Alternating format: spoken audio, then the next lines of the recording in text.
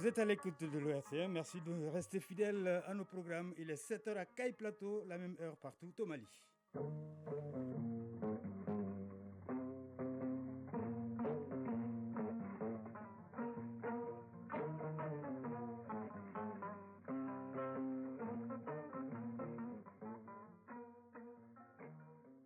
Le journal Kodi Sibi.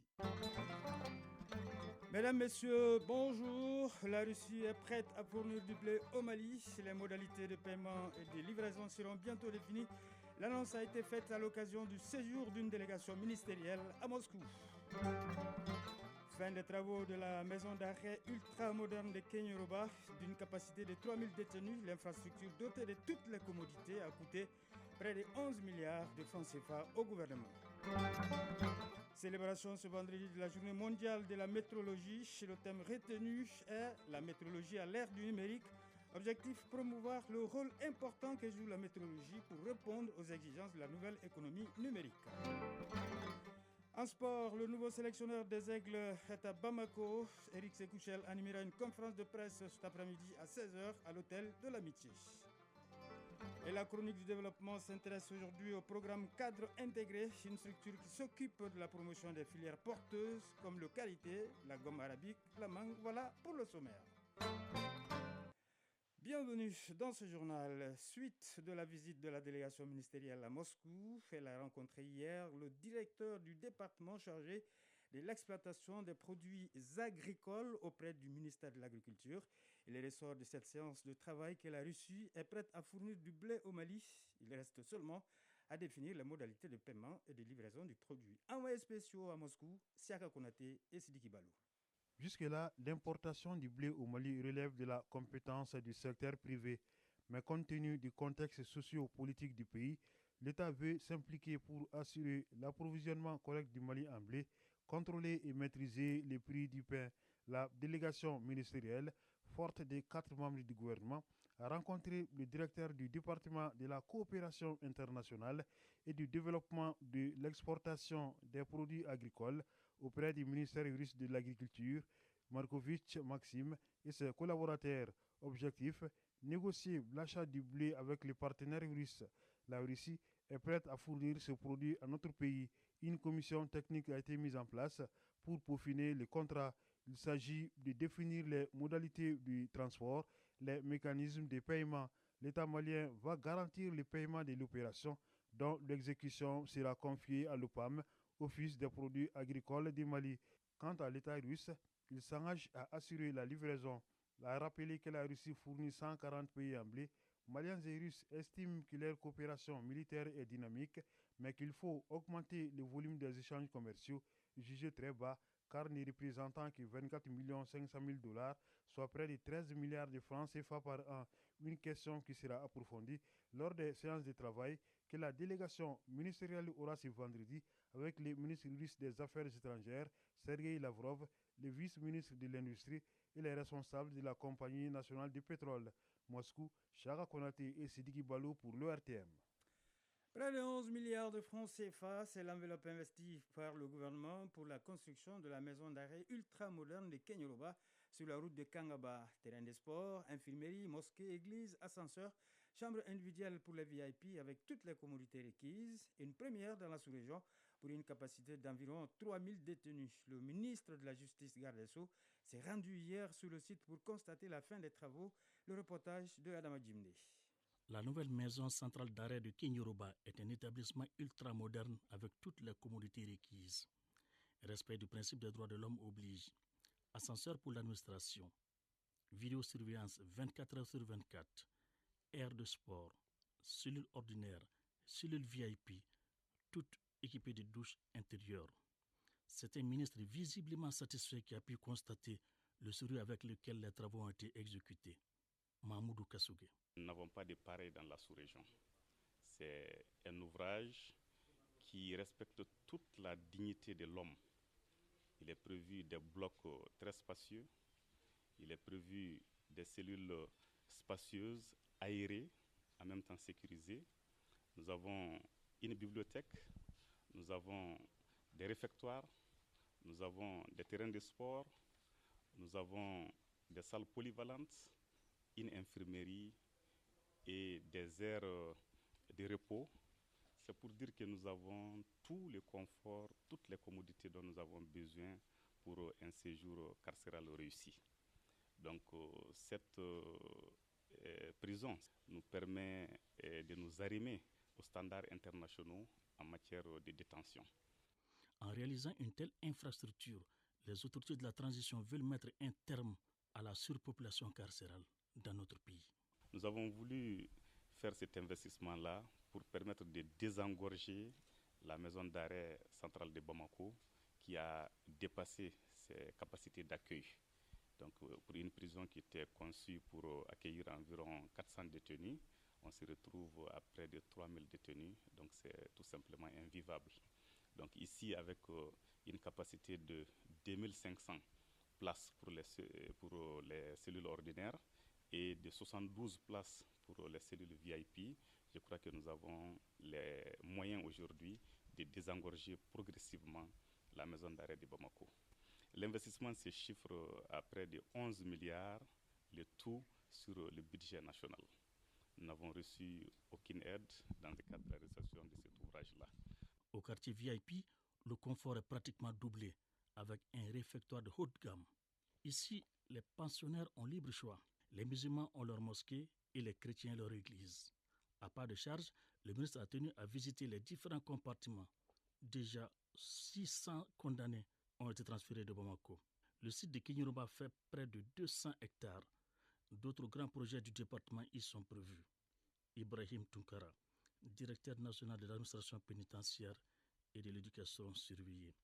Nous sommes en train de faire en sorte que nous puissions ouvrir notre école, l'école nationale d'administration pénitentiaire, qui sera logée ici à Kinyuruba, à côté de la nouvelle maison d'arrêt, sur une superficie de 10 hectares environ. Sur place, le ministre a rendu visite aux notabilités et surtout leur a adressé ses remerciements pour avoir mis le site à la disposition de son département. En retour, le village a bénéficié d'électricité. Partenariat gagnant-gagnant. Radio Mali à Gao et environ 98.1 MHz en FM. Le ministère des Maliens établi à l'extérieur de l'intégration africaine s'implique pour la mise en œuvre du pacte mondial pour les migrations sûres, ordonnées et régulières. Une conférence présidée par le ministre en charge des Maliens de l'extérieur a été organisée hier dans la salle du gouvernement pour partager avec la population des Gao le deuxième rapport de mise en œuvre du pacte. Il a été présenté la politique nationale de migration et le décret déterminant le statut du Malien établi à l'extérieur et du migrant de retour. La cérémonie d'ouverture a enregistré la présence du gouverneur de région, les autorités communales et coutumières. Sur place, le reportage de Agali Aguissa. Plusieurs personnes, en majorité la gente féminine, ont pris d'assaut la salle de conférence du gouvernorat de Gao. Objectif, s'approprier de la politique nationale de migration. Dans son discours de bienvenue, la troisième adjointe au maire, Seima Maïga, n'a pas manqué d'exposer les drames causés par la migration irrégulière partout dans le monde. Quant au gouverneur de la région, le général de brigade Moussa Traoré, il a salué la construction de l'antenne régionale de la délégation des Maliens de l'extérieur de Gao et la tenue de cette conférence à Gao. Un choix non fortuit. Alhamdou Aguilian, ministre des Maliens établis à l'extérieur et de l'intégration africaine. Gao est une ville d'accueil, mais aussi une ville de départ, en même temps qu'une ville de transit. Et ce sont des facteurs de séparation qui font mal à la société. La migration n'est pas inutile, parce que rien qu'en 2017, le gouvernement du Mali, à travers la Banque de développement, a enregistré une entrée budgétaire de plus de 635 milliards de francs CFA rapatriés par les migrants maliens à l'extérieur. Cette rencontre va permettre aux participants de comprendre les enjeux de la migration, un phénomène qui demeure un défi à relever par le gouvernement, d'où l'élaboration d'une politique nationale de migration. Alhamdou Aguilian, ministre des Maliens établis à l'extérieur et de l'intégration africaine. La politique nationale de la migration PONAM, adoptée par le Mali, saluée par la CEDEAO, a trois axes. Un premier axe, c'est celui de la protection des migrants. Le second axe, c'est celui de leur assistance. Le troisième axe, c'est celui de leur insertion dans le tissu de développement socio-économique du pays. Au niveau international, face aux multiples défis de la migration et des influx important des réfugiés, les Nations Unies ont adopté le Pacte mondial pour les migrations sûres, ordonnées et régulières à Marrakech au Maroc en décembre 2018. Le ministre Alhamdou a expliqué que la gestion de la migration est l'une des préoccupations majeures des hautes autorités du pays. L'engagement du président de la transition, le colonel Assimi Goïta, s'illustre par la mise en place d'un dispositif en matière d'emploi en faveur des jeunes, a-t-il déclaré. Il s'agit entre autres de l'existence du Fonds social pour la prise en charge des Maliens en situation de détresse dans leur pays d'accueil et de transit. Le Fonds d'insertion et de réinsertion des migrants de retour au Bercail. Gao, Agali, Agissa, Alassane Ahmadou pour l'ORTM.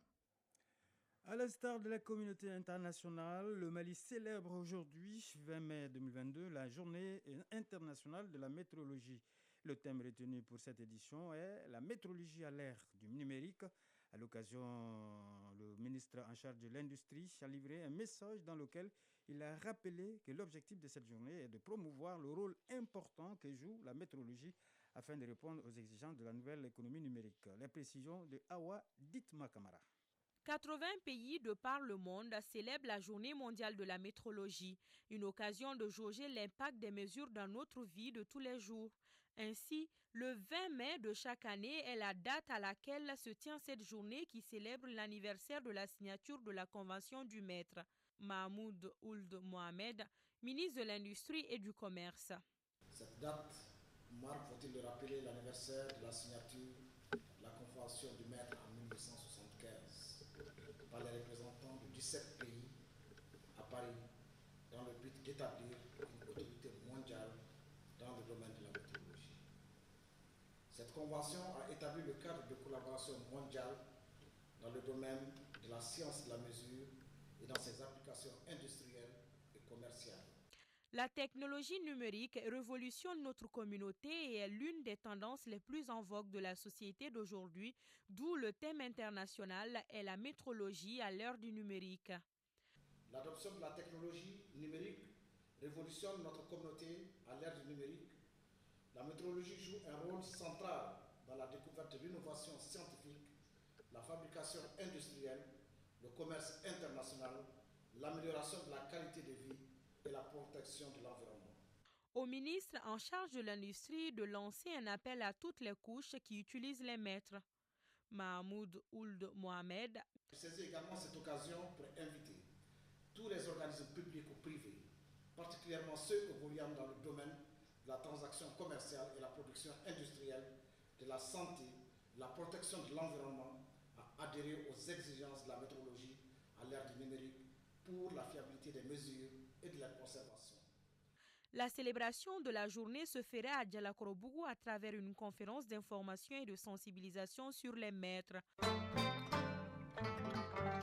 Quelques mots de l'actualité hors de nos frontières. Jour férié au Cameroun ce vendredi 20 mai pour la fête de l'unité nationale. À Yaoundé, un défilé militaire et civil va marquer les 50 ans du référendum de 1972 qui mit fin à la forme fédérale de l'État. Un Cameroun oriental, un Cameroun occidental pour donner naissance à la République unie du Cameroun. Dans la capitale, les habitants se disent attachés à cette unité nationale et regrettent les tensions que connaît le pays.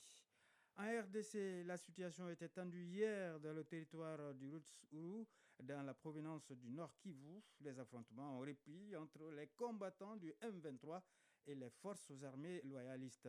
Le bilan n'est pas encore connu. Ce nouvel affrontement entre les deux camps intervient 3 semaines après la fin de la première étape de la négociation initiée à Nairobi, au Kenya, sous la conduite de la présidence kenyane. La page des sports, c'est tout de suite.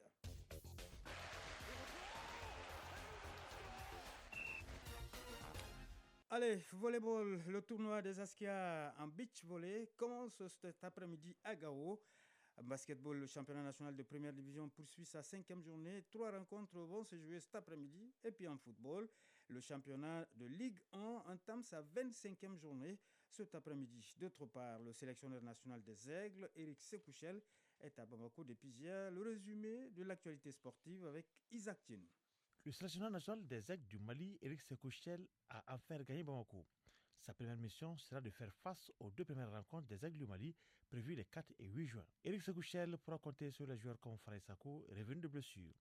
Le joueur de Saint-Etienne est prêt à rentrer dans les rangs. Falaï Sako s'est confié à Radio Mali.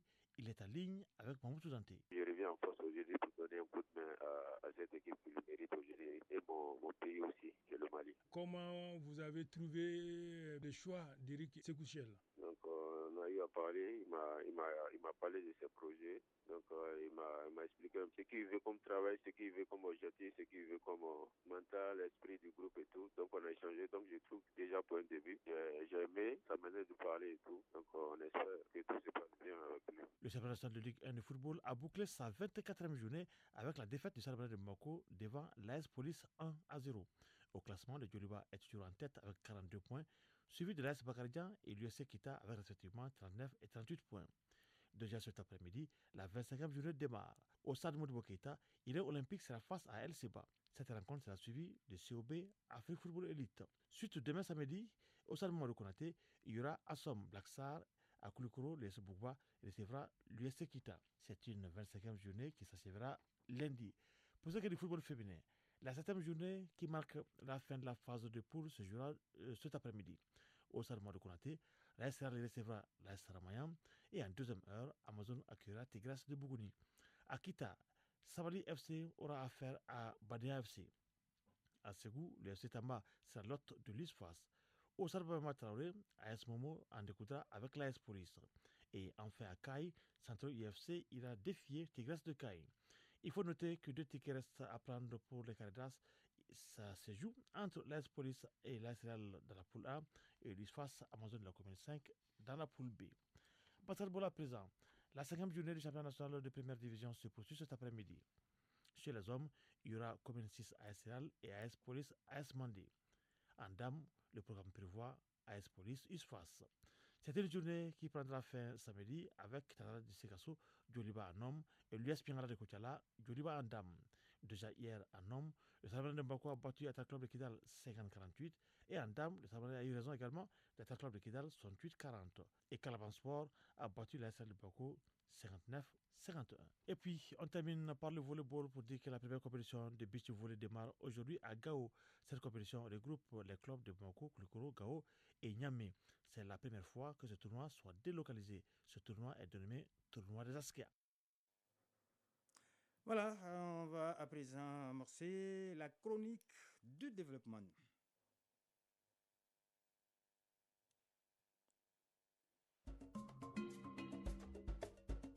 Chronique du développement.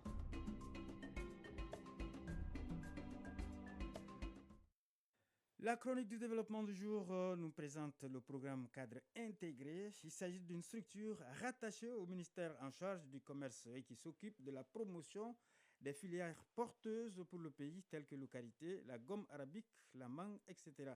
Le programme en question est une initiative de l'Organisation mondiale du commerce OMC afin d'aider les pays en développement à intégrer le commerce mondial par le biais des exportations. La chronique du développement, une réalisation de Soumaïla Berté et Marc Dambélé. Le cadre intégré est un programme de développement qui couvre une 50aine de pays dits moins avancés, dont le Mali. Son objectif est de permettre à ces pays de bénéficier du système de commerce mondial en donnant un coup de pouce aux exportations. Aussi, il s'agit de contribuer à la réduction de la pauvreté à travers la promotion des filières porteuses. Dansine Koulibaly est le coordinateur national de l'unité de mise en œuvre du programme cadre intégré. C'est un programme de développement qui est initié par la conférence des ministres du commerce de l'OMC, qui a été initiée depuis 1996. Nous sommes presque à la fin de la phase 2 du programme. Le programme est installé dans aujourd'hui 51 pays, ce qu'on appelle les pays les moins avancés. L'initiative réelle, c'était de permettre à ces pays-là de bénéficier du système de commerce mondial, c'est-à-dire les échanges internationaux. Donc, ce programme, c'est surtout pour booster les exportations, le commerce et contribuer à la réduction de la pauvreté dans nos différents pays. Donc, à travers les filières qui ont vraiment un bon potentiel à l'exportation dans les différents pays. Depuis son avènement au Mali en 2004, le programme cadre intégré est piloté par le ministère en charge du commerce. Sa mise en œuvre résulte d'une étude qui a ciblé des filières porteuses pour les pays. Il s'agit du karité, de la gomme arabique et de la mangue. Avant que les activités ne commencent, il y a eu d'abord une étude qui a été élaborée. Et les résultats de cette étude, nous avons eu à répertorier des filières qui sont vraiment porteuses pour le Mali. Donc ces filières sont répertoriées dans la matrice des actions de cette étude. L'étude même en question s'appelle Étude diagnostique pour l'intégration du commerce, EDIC. Donc l'objectif global, c'était surtout de prendre en charge l'aspect commerce dans la stratégie nationale de développement de ces pays. Donc dans cette matrice, nous avons la filière karité, nous avons la mangue, nous avons surtout la gomme arabique, nous avons les cuirs et peaux, nous avons le coton, le sésame aussi. Il y a beaucoup de filières qui ont été répertoriées. Le programme cadre intégré travaille sur un certain nombre de projets qui découlent des stratégies nationales portant sur les filières porteuses. Dansine Koulibaly, coordinateur national de l'unité de mise en œuvre du programme cadre intégré. Les projets proprement mis en œuvre au niveau du cadre intégré, ce sont des projets qui sont issus aussi des stratégies nationales. Par exemple, nous avons la stratégie nationale sur le karité, nous avons celle sur la gomme arabique. Donc, aujourd'hui, au niveau du cadre intégré, nous avons deux types de projets. Il s'agit des projets catégorie 2 et les projets aujourd'hui, la catégorie 1 a évolué vers le soutien à la durabilité. Le soutien à la durabilité, c'est surtout la pérennisation des actions que nous avons eu à mettre en place depuis 2004, depuis l'avènement du cadre intégré au Mali. Et les projets de la catégorie 2, c'est la mise en œuvre même des projets de renforcement des capacités productives et commerciales des filières. À noter que parallèlement à ces appuis aux filières, le programme cadre intégré a formé les acteurs dans la transformation agroalimentaire et renforcé les capacités des agents des services techniques de l'État. Voilà, c'est la fin de ce journal. Mise en onde de Mamadou Bedialo, présentation Koudi Sibi. Merci au rédacteur en chef adjoint Ousmane Dao qui m'a aidé à préparer ce journal. Un journal à écouter sur www.ortm.ml et toutes nos plateformes digitales. Nous vous souhaitons de passer une excellente journée de vendredi. Portez-vous bien et prenez soin de vous.